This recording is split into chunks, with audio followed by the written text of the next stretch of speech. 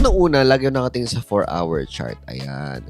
So, pinakamaganda talaga sa time na to, pag tinitingnan natin is umangat, and then, ayan, dyan tayo magsisell. Pero kung di mangyayari yan, pinatignan natin is bumaba, then umangat. Madalas sinatanong nila, ano ba yung malupit na area of alignment? Usually, malupit na area of alignment is yung nasa higher time frame. Kapag, let's say, for example, pababa yung price, tapos napunta siya sa higher time frame na support. Magbabounce at magbabounce talaga siya. Okay, pero hindi ko sabihin magbabay ka kasi parang kang you're catching a falling knife. O, di ba? English. So, ngayon, ito yung mga time na na gusto mo na mag-sell. Pack yan. Yung mga gusto mong well, pwede naman yan kasi downtrend nga naman. Kaya lang, kung titignan natin, etong ang area na to, itong support na to, nasa daily time frame. Okay, so hintayin muna natin ma-break and relax lang tayo.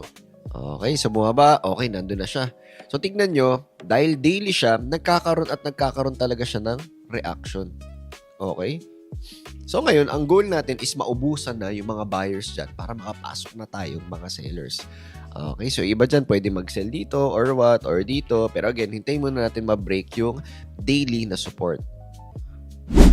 Ayan, nagpakita siya ng bearish engulfing. Ang malupit niyan, ito yung major natin, di ba? Yung daily natin na support. Basta kayo bahala. Basta sa lower time frame yan. Ano rin yan. Pero hindi ko tingnan to sa lower time frame. Parang makita nyo yan. Sa lower time frame, may resistance area din siya. So, dyan ako pumasok. Ayan. So, 1:1.5 lang tayo.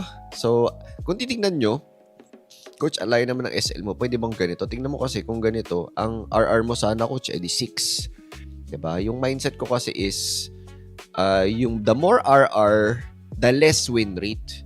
And kapag, ako kasi for me, kapag pangit yung win rate ko, tinatamaan yung psychology ko. Kaya mas okay na kung malayo yung SL, pero yung win rate ko nasa 70 to 80%.